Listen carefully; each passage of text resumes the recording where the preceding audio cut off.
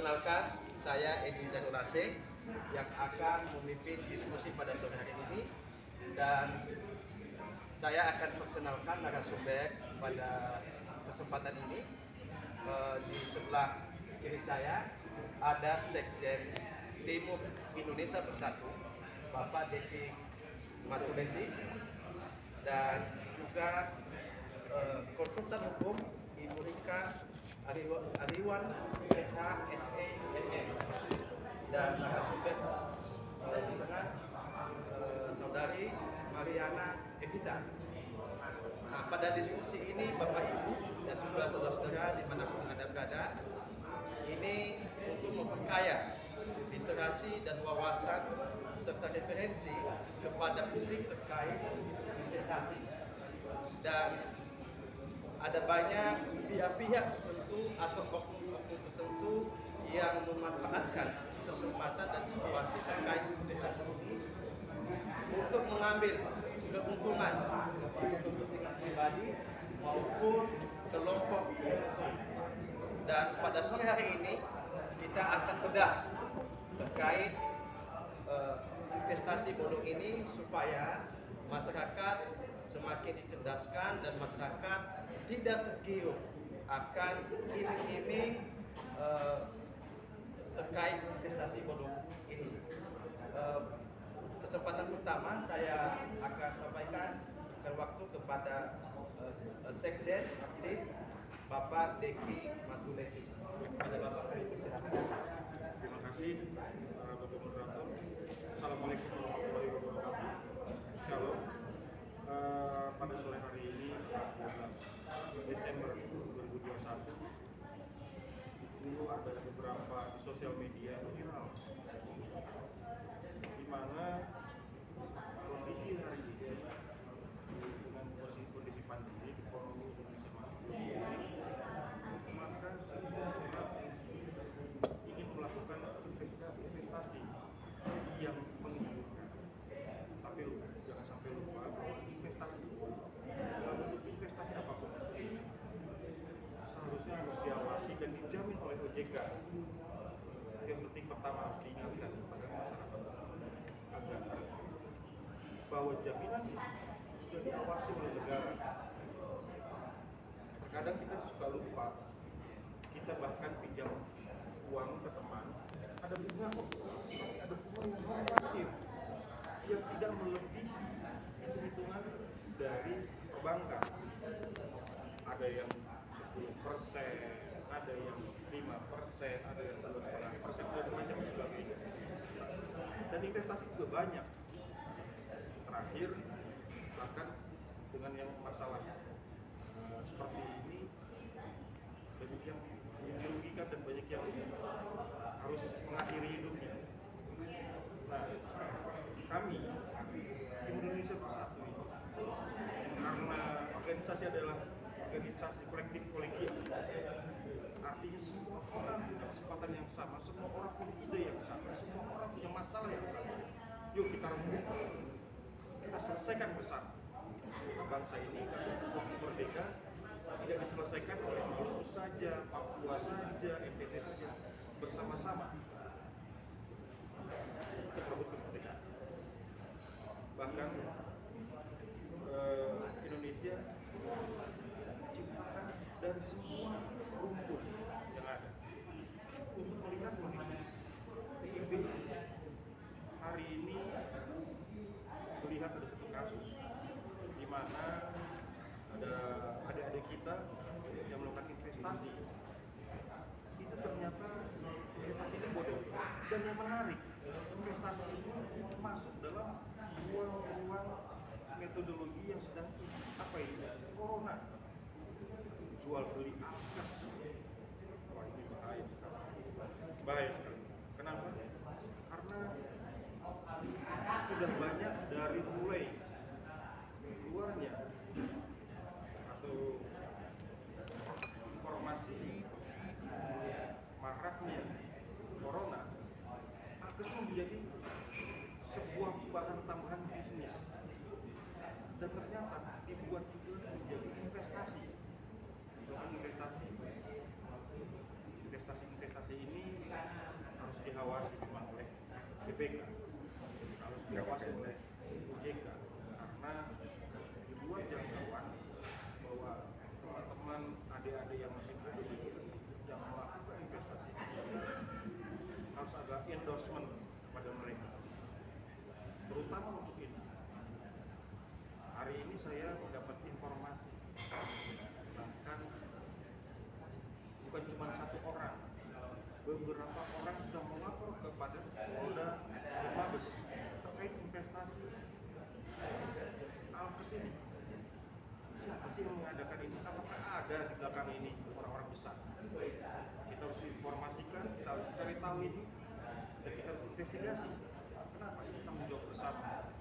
Karena di dalam Alkes ini ada nyawa manusia yang harus diselamatkan terkait dengan ada uang-uang masyarakat, ada uang-uang negara yang dihasilkan oleh anak bangsa.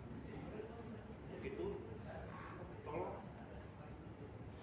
perhatikan nilai-nilai gotong-royong dalam bentuk investasi seperti ini, khususnya standarisasi, tolong diperhatikan. Dan kami, TIB, akan menjadi garda terdepan untuk melawan investasi-investasi seperti ini. Untuk itu, kami nanti akan memberikan satu nomor headline di teman-teman yang terkait dengan kasus ini. Itu akan kami share nomor teleponnya. Boleh melakukan WA di sana, lapor ke sana, dan tanpa dipungut bayaran. Karena saya mendengar informasi ada banyak orang yang sudah terkena investasi ini bermasalah, malah harus membayar lagi kepada kelompok-kelompok lain. Saya menentang itu. Untuk itu, saya mengharapkan kami siap akan memberikan nomor sebagai headline pengaduan, dan kami akan merangkum semuanya, kami berikan kepada pihak berwajib untuk melakukan investigasi lebih baik lagi, dan kalau perlu kami akan mengawal sampai aset-asetnya orang yang melakukan penipuan ini bisa ditarik dan dikembalikan kepada mereka yang sudah melakukan investasi. Begitu kami akan siapkan itu dan kami akan sebarkan di beberapa media, dan saya harap kawan-kawan adik-adik yang sudah melakukan investasi tolong melapor ke nomor tadi. Ada yang melakukan ancaman segala macam, kami siap membantu, karena ini tadi ujungnya adalah bersamaan gotong royong untuk mendapatkan hasil. Akan tetapi hasilnya tidak memungkinkan dan malah dihilangkan. Nah, untuk itu kami akan coba mendampingi semua korban dan bekerja sama dengan pihak kepolisian. Kami sudah bekerja sama, tadi sudah kami sampaikan kepada di Polri, di Mabes, di Polri, untuk melakukan kerja-kerja bersama untuk melakukan investigasi pada kasus ini. Dan untuk kasus ini kami akan kerjasama, kami akan komunikasi, dan dokumen-dokumen terkait ini yang untuk investasi yang lainnya mungkin kita bisa serahkan kepada pemerintah, terutama kepada Kapolri. Terima kasih dari saya. Terima kasih Pak Sekjen Timur Pak Teki. Tadi apa yang disampaikan oleh Sekjen Timur Indonesia Bersatu sangat menarik. Kenapa? Bahwa modus-modus terkait investasi bodong ini sangat meresahkan masyarakat Indonesia di berbagai daerah di Indonesia ya. Dan tadi Pak Sekjen Tim menyampaikan bahwa ada yang memanfaatkan situasi pandemi ini dengan menggunakan sarana alat kesehatan ya, Alkes ya, dan diduga kuat ada orang-orang besar sebagai pelindung dari operandi bisnis investasi bodong ini dalam bentuk alat kesehatan, dan ini sangat merugikan dan mengancam masyarakat ya, dan ini kerugian besar kepada masyarakat Indonesia kalau ya ada orang-orang besar yang melindungi dan mengambil keuntungan dari bisnis ini. Bahkan tadi disampaikan ada korban dari investasi bodong ini hingga melakukan bunuh diri. Ini sangat tragis, Bapak Ibu dan saudara-saudara. Ini permasalahan yang sangat serius dan ini harus menjadi perhatian publik, ya. Dan kita juga meminta kepada para penegak hukum seperti apa yang tadi disampaikan oleh Pak Deki, khususnya kepada Pak Kapolri untuk menuntaskan permasalahan investasi bodong ini. Bapak Ibu, kita akan melanjutkan diskusi ini kepada narasumber berikutnya, kepada saudari Evita Mariana Evita, kami persilakan untuk menceritakan korban. Ya, menceritakan pengalamannya terkait investasi ini. Kepada saudari kami persilakan. Sebagai korban. Ya, saudari tolong ceritakan tentang pengalamannya tentang investasi yang sedang dialami saat ini.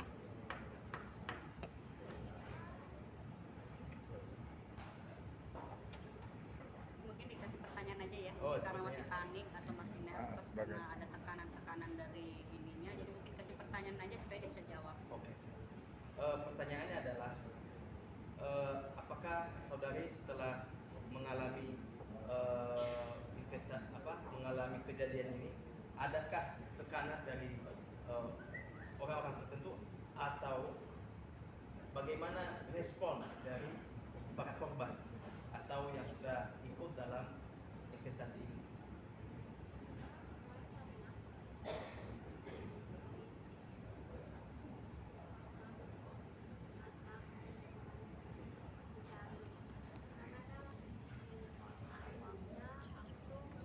Kepadaku, jadi mereka sendiri pun tidak mau tahu tentang atasan aku siapa, tentang aku transfer ke siapa, tentang pengadaan di akses bodong itu siapa.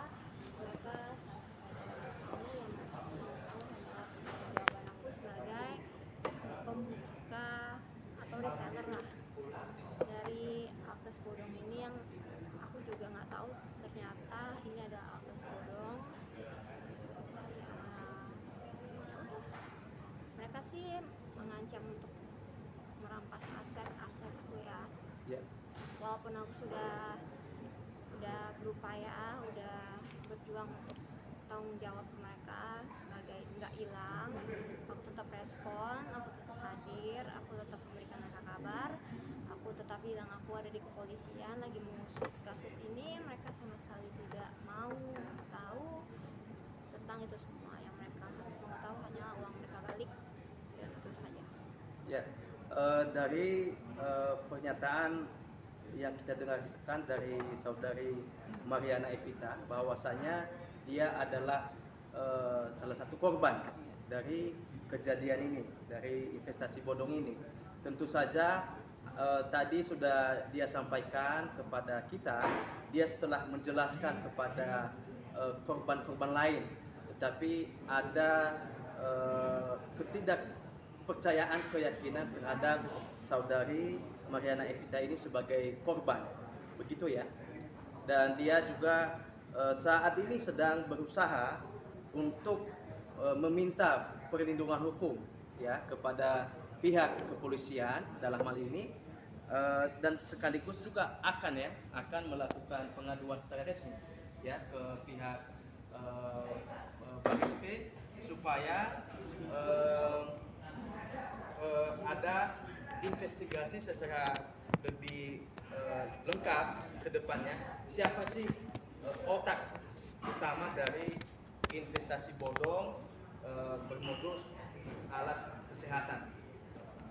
Bapak Ibu, itulah pengalaman yang dialami oleh saudari Mariana Evita. Berikutnya, kesempatan berikutnya kami akan berikan kepada narasumber dari konsultan hukum Ibu Rika Ariuna. Ya, kepada Ibu kami persilakan. Jadi dalam kasusnya saudara kita ini, jadi ada satu orang yang mengatakan dia punya proyek pemerintah. Nah, orang ini ya ini masih belum tahu ya apakah orang ini memanfaatkan dua pelaku, karena kebetulan kan kasusnya juga udah viral, ataukah memang si pelaku ini membuat sendiri sistem-sistem yang bisa menjual yang untuk bisa menarik investasi dari si influencer. Jadi gini. Maaf Bu, saya potong. Tadi disampaikan ada orang pemerintah. Oh bukan. Jadi bukan orang pemerintah sih. Kita belum tahu. Kita belum tahu saat ini. Apakah ini yang pasti ada seseorang yang kita juga belum tahu. Nanti biar pihak kepolisian yang memberitahu. Ini yang menyatakan dia punya proyek dari pemerintah. Oke. Ya kan? Nah, ada dua orang ini, apakah orang ini terkait atau tidak, kita juga belum tahu. Yang pasti dua orang ini untuk melancarkan aksinya, dia carilah influencer, YouTuber, IG segala macam yang memiliki follower banyak. Dengan dia dan yang kayak Vita influencer ini, ya kan karena dia memang dipercaya masyarakat karena followernya banyak, dia cukup memposting. Nah dari situlah akhirnya investasi yang semua orang bisa ini dengan keuntungan yang menjanjikan lebih dari yang batas OJK seperti itu. Dan dalam kasus ini sih kita lagi serahin lah ke polisi, nanti lebih lanjutnya mungkin pihak kepolisian lah yang akan menjelaskan seperti itu. Ya, terima kasih Bu. Tadi Ibu sampaikan bahwa ada dua orang yang diduga berhubungan mengaku-ngaku bahwa dia ada hubungan bisnis di instansi pemerintah. Ya, orang tersebut sudah diketahui oknumnya. Saya rasa sih kasusnya udah viral ya, udah banyak di TikTok, udah banyak di IG. Orangnya udah tahu karena kebetulan ya saudara kita juga transfernya ke mereka. Gitu. Cuma kalau ada oknum atau tidak kan kita belum tahu. Nanti biar penyidik yang lebih lanjut lah yang nyidik apakah ada terkait atau tidak ini. Ya, pertanyaan selanjutnya Bu. Oknum dua orang ini mencari influencer melalui medsos, melalui IG, YouTube, khususnya mereka yang sebenarnya selebgram, begitu ya. Itu yang dua orang ini cara menghubungnya bagaimana Pak? Secara langsung atau melalui alat komunikasi apa? Atau langsung dia DM ke IG bagaimana? Atau sudah kenal sebelumnya? Oh enggak, jadi gini, saya nggak tahu awalnya ya. Yang pasti sih mungkin awalnya pasti ada orang-orang tertentu. Karena kebetulan kalau saudari kita kan baru bergabung karena dia dilihat followernya banyak, ya dia tinggal posting. Dengan tinggal posting kan orang 400.000 menjadi 100.000, ya itu kan menjadi daya tarik kan. Ya seperti itu sih. Baik. Saudari Evita ini dia berhubungan langsung dengan orang ini secara komunikasi DM atau bagaimana? Enggak juga sih. Dijelaskan kepada Jadi Pak. ada yang langsung, karena kan itu kan sudah di posting ya di IG segala macam, ada yang langsung store, juga mungkin ada yang kenal yang tertarik. Oh berarti? Jadi tidak semuanya saudara Vita cuma menemukan enggak. Oh iya. Nah dengan dia posting orang tertarik, kalau tidak karena memang bukan Vita saudara Vita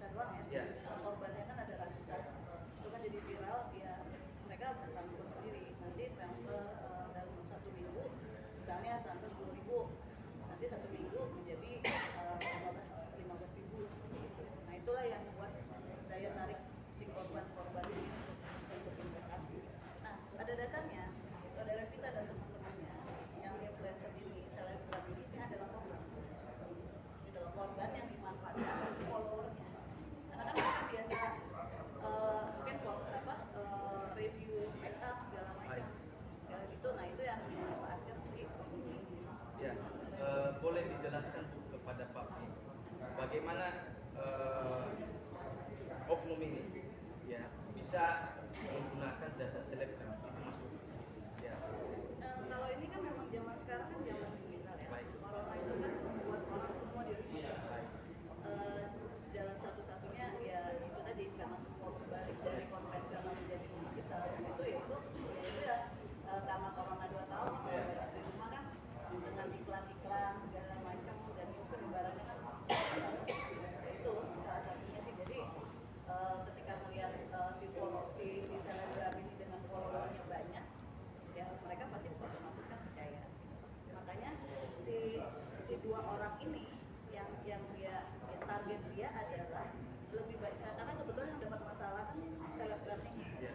Nah itu selebgram itu tadi, karena kalau ketika dia posting sesuatu berarti kan mungkin asumsinya real. Ya.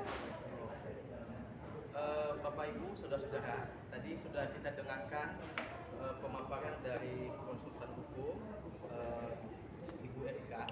Dia menyampaikan bahwa oknum-oknum pelaku investasi bodong ini mencari influencer ya melalui IG khususnya, dan mereka menggunakan jasa selebgram sehingga kepercayaan dan daya tarik publik itu semakin yakin ya.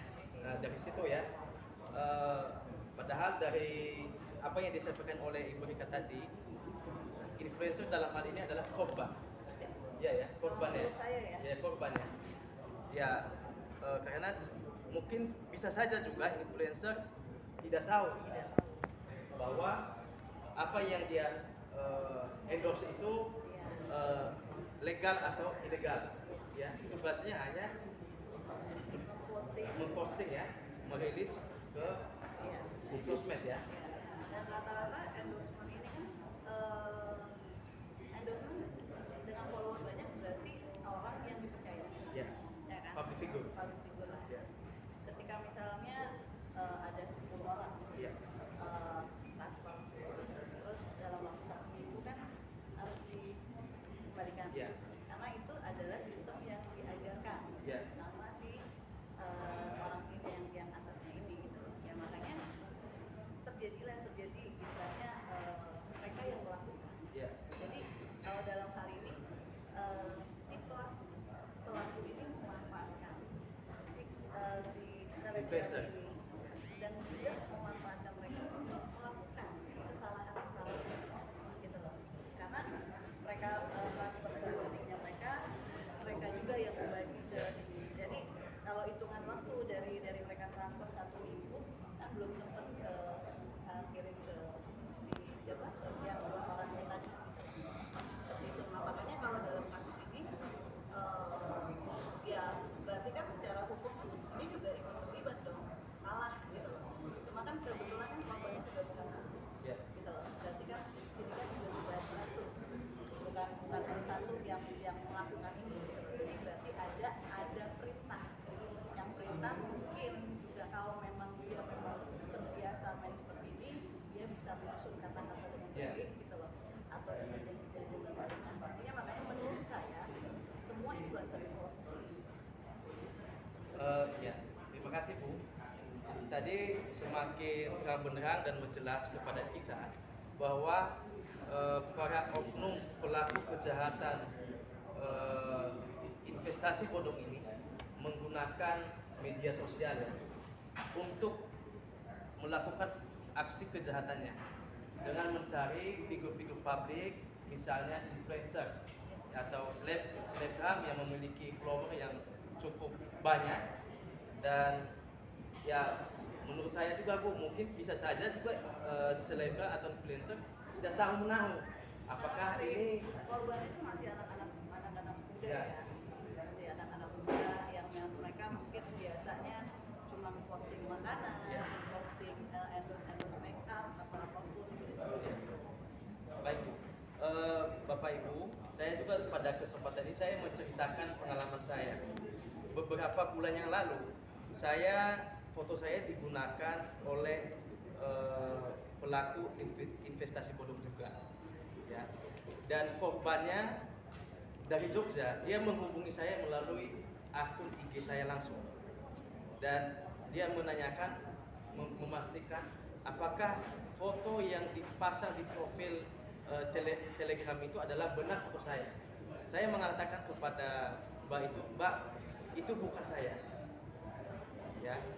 Dan saya bilang kita sebelumnya tidak pernah berkomunikasi, baik itu melalui Facebook, IG, Telegram, WhatsApp, dan lain sebagainya. Mbak ini dia mengatakan kepada saya, Mas, saya akan menambah nilai investasi saya. Dia menyetor 10 juta. Ya, dari pihak foto saya yang digunakan itu, dia menghubungi lagi Mbak ini, namanya Mbak Dia dari Jogja, untuk menambahkan lagi nilai nominal 20 juta. Nah, karena Mbak ini makin penasaran, ingin cepat kembali modalnya, dia akhirnya menghubungi saya. Saya bilang, Mbak, itu bukan saya. Dan antara saya dan Mbak tidak pernah berkomunikasi sebelumnya. Ya, Bapak Ibu, disinilah kita bisa mengerti, memahami bahwa di luar sana banyak orang-orang tertentu yang memanfaatkan situasi untuk mencari keuntungan sebesar-besarnya dalam bisnis ya, investasi khususnya digital.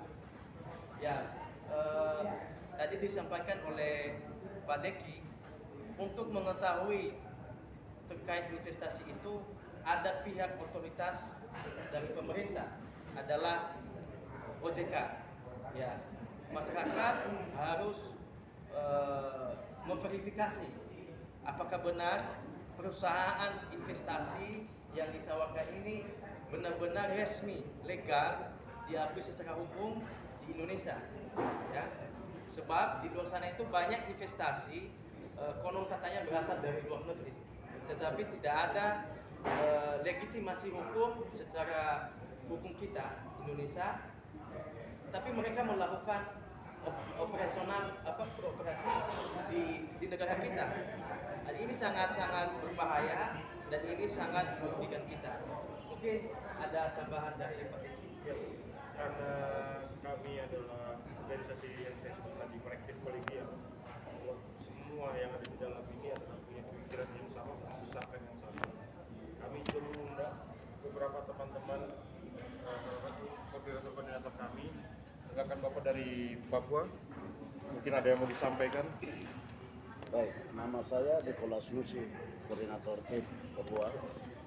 Setelah mendengar, melihat kasus ini bukan kasus baru, sudah sering terjadi di Indonesia. Yang sangat saya sesalkan, ini lembaga-lembaga hukum di Indonesia ini, lebih khusus itu OJK, yang memantau lalu lintas aktivitas investasi maupun dalam bentuk barang dan uang. Kok tidak sedini mungkin melakukan pencegahan demi menyelamatkan rakyat Indonesia? Ini yang kita fokus untuk hari ini, kita melakukan konferensi pers untuk membuka mata penegak hukum ini, sehingga hal seperti ini jangan terulang lagi untuk menyelamatkan rakyat dan bangsa Indonesia ini. Apa artinya ada sebuah lembaga untuk melakukan pengawasan tidak efektif? Nah, ini lewat konferensi pers ini mudah-mudahan didengar oleh Bapak Presiden. Saya garis bawahi, orang-orang di OJK ini perlu diinvestigasi, atau siapapun dia yang terlibat dalam melakukan kompromi-kompromi yang tidak sehat di negara ini. Mungkin titipan saya dari Papua itu. Terima kasih. Dari Maluku.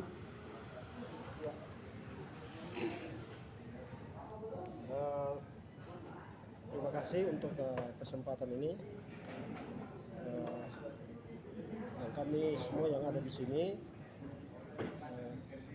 kami himbau kepada aparat-aparat yang terkait dalam hal ini, Kepolisian Republik Indonesia, masalah investasi bodong ini. Sekali lagi, ini sudah banyak jatuh korban material, bahkan korban nyawa. Ya, jadi ini sudah darurat. Ini tidak boleh dibiarkan lagi seperti ini. Ini harus diselesaikan oleh pihak-pihak yang terkait. Dalam hal ini ya Polisi Republik Indonesia supaya jangan terulang lagi masalah-masalah investasi bodong ini. Begitu banyak rakyat Indonesia dirugikan, ya. Jadi sekali lagi kami minta supaya Polisi Republik Indonesia dan kami semua masyarakat, kami dukung untuk menyelesaikan persoalan investasi bodong ini. Itu saja dari saya, terima kasih. Ya, terima kasih karena ada beberapa daerah tidak hadir hari ini diwakilkan. Jadi yang kita lakukan pertama adalah melakukan pendampingan kepada adik kita PIB, akan melakukan pendampingan atau bisa dibilang kita akan mengawal kasus ini, serta kami juga membantu adik-adik yang lain, rekan-rekan yang lain yang melakukan investigasi dan investasi terhadap masalah ini. Kami akan siapkan tadi, serta tidak lupa juga kita akan membuat sebuah berita acara bersama nanti dan mengusut siapa di dalamnya dan harus mengembalikan jumlah yang sudah mereka janjikan, karena yang mereka gunakan mungkin adalah uang sekolahnya, uang belanjanya, uang makannya, bahkan gajinya yang digunakan, dan ini tidak boleh lagi terjadi. Kami juga berharap BPK sebagai Badan Pemeriksa Keuangan Negara yang bisa melakukan pengecekan semua rekening yang ada di Indonesia dengan jumlah yang cukup besar dan terdapat rotasi keuangan yang cukup aneh, harusnya melakukan pemeriksaan lebih dini, melakukan preventif dan pemanggilan terhadap rekening-rekening yang ada di bank. Inilah yang harusnya bisa dimanfaatkan oleh BPK dan tidak pasif, agar lebih aktif lagi BPK-nya, dan OJK juga terus mengawal metode-metodologi seperti ini. Nah, sebenarnya sudah ada label-label di OJK. Jadi semua investasi ataupun bentuk yang terkait dengan keuangan itu ada logo dan labelnya dari OJK. Tanpa logo itu biasanya tidak diakui oleh OJK. Tapi seharusnya juga OJK lebih proaktif kalau ternyata ini bagian dari investasi yang begitu menguntungkan buat masyarakat. Kita belajar dari platform, sebuah perusahaan platform itu berhasil hari ini menjadi platform terbesar di Indonesia. Orang-orang menggunakan platform tersebut, saya tidak mau menyebutkan merek, dan itu hasil dari investasi anak-anak muda yang mereka kelola dan bikin satu perusahaan platform tersebut. Dan ini harus diawasi, gitu loh, harus diawasi, dan negara harus hadir di sana. Dan saya berharap ke depan metode-metode yang seperti ini tidak terulang lagi. Dan untuk kasus ini, kami TIB akan mengawal dan mendampingi Vita. Dan tolong untuk teman-teman atau adik-adik yang lain bersabar atau bersama kami melakukan kerja-kerja untuk mengembalikan apa yang sudah dilakukan investasi tadi. Itu saja dari saya. Terima kasih. Ya, ada tambahan dari Bu Eka? Ya.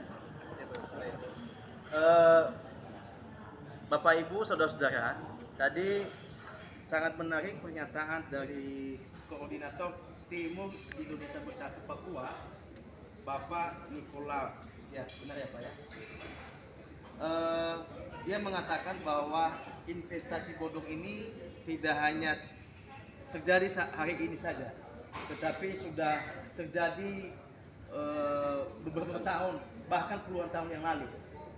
Tetapi negara punya institusi terkait pengawasan investasi, yakni OJK ya, Otoritas Jasa Keuangan.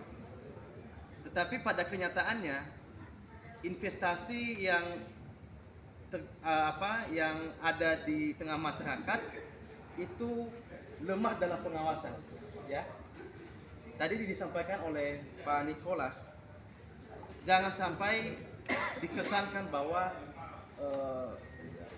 ada unsur kesengajaan dan pembiaran, dan juga bisa saja ada orang-orang besar, ya, pihak-pihak terkait yang memanfaatkan situasi ini, ya, untuk mencari keuntungan pribadi, ya Pak, ya. Dan Pak Nicholas tadi bilang bahwa ini sebenarnya harus dilawan, ya Pak, ya, harus dilawan, ya, diinvestigasi, ya. Dan juga tadi Pak Deki mengatakan bahwa ini yang punya atau yang menghimpun dana ini, setoran ini, rekening ini harus dicari siapa sih pemiliknya, ya. Itu bersama BPK, ya, Badan Pemeriksa Keuangan, yang mengetahui dan lebih yang punya kekuasaan yang diberikan oleh negara untuk, ya, mencari dan melacak setiap transaksi di nomor rekening tersebut. Karena ini bukan uang yang sedikit, uangnya sangat besar. Ya, itu bahkan saya dengarkan tadi bahkan sampai triliunan rupiah kerugian yang dialami oleh masyarakat. Dan ini Bapak Ibu tidak hanya terjadi di sini, bahkan di tempat saya juga di Pulau Nias ada ratusan korban, ya, yang mengalami kerugian investasi bodong ini, ya, bukan hanya di daerah Indonesia Timur, bahkan di seluruh Indonesia, ya, berbagai modus, ada MLM, ada emas dan lain sebagainya, ya.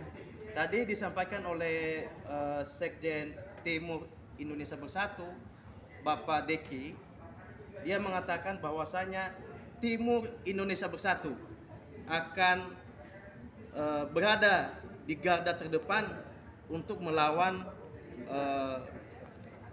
investasi bodong ini. Jangan sampai ada korban-korban lain, anak generasi muda Indonesia dimanfaatkan karena kepolosannya, karena ketidaktahuannya untuk kepentingan mereka, untuk mencari keuntungan.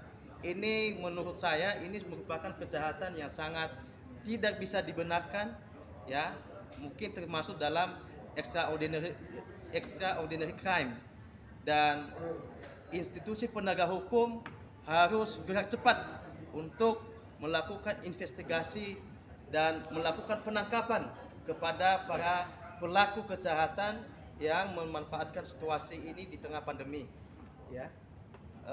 Tadi juga disampaikan akan ada call center yang disediakan oleh Timur Indonesia Bersatu, ya, kepada para korban di seluruh Indonesia untuk nantinya berkoordinasi dengan Timur Indonesia Bersatu, dan kita akan sama-sama, ya, melalui tim akan mengawal kasus ini sampai tuntas. Satu lagi tambahan saja, dan kita tidak menerima bayaran sepeser pun.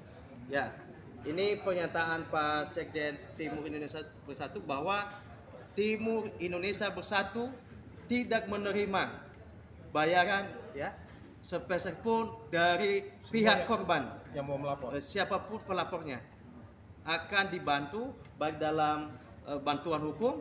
Timur Indonesia Bersatu akan menyediakan kepada Bapak Ibu atau kepada saudara-saudari sebagai korban, ya, dari investasi bodong.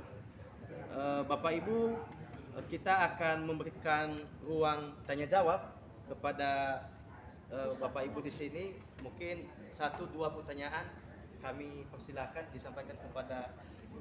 Ya. Nama saya Ibi Sakina. Kebetulan anak saya juga jadi korban. Pertama-tama anak saya punya teman kuliah. Dia menjanjikan dia yang investasi. Misalnya dia investasi 5 juta. Kemudian bulan kemudian dia dapat 100%, jadi 10 juta. Setelah itu anak saya tergiur hampir 10 juta. Tapi tidak 100%, tapi 70%. Tapi sampai sekarang uang itu jong, uang anak saya nggak dapat sama sekali. Terus akhirnya saya tahu semua, saya bilang nama anak saya Afi sama Tria. Saya bilang, Afi, Tria nggak usah besar-besar, 1 atau 2 juta aja dulu, atau kalau enggak beberapa investasi.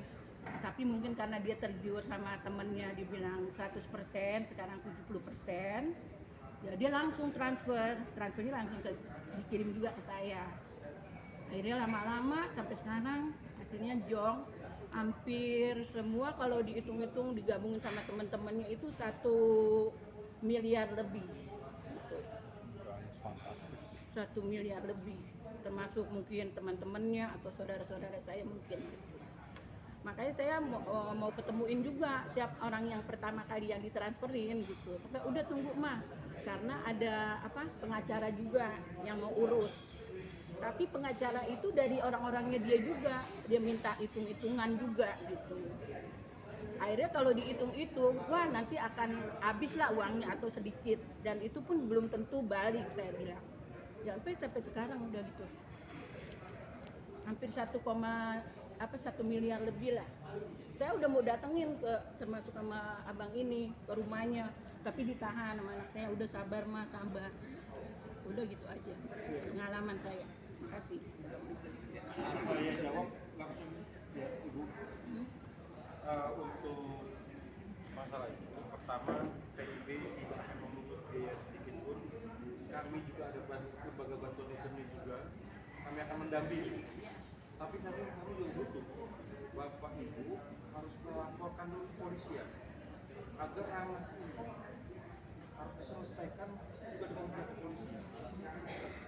Minimum rekening-rekening yang sudah melakukan itu dibekukan dan tidak dikuras habis, atau hal-hal lain yang berupa investasi yang lainnya sudah didorong supaya untuk disita, melakukan penyitaan atau bisa dilakukan pengembalian. Kan metodenya hanya tinggal bagaimana kekeluargaan itu ada. Nah, kalau kekeluargaan ada, biasanya pilihannya adalah dikembalikan. Mungkin Wah. juga Ya. yang Jadi ditransfer artinya- itu sebagai korban juga kayaknya. Ya, jadi artinya saya berharap kalau misalnya terkait dengan hal-hal seperti itu, kami tim Indonesia Bersatu siap membantu itu Bapak. Silakan saja berikan kami bikin cara bersama. Kami akan melakukan pendampingan tanpa harus dipungut biaya sebesar itu. Gitu ya. Untuk hal seperti ini, karena kami yakin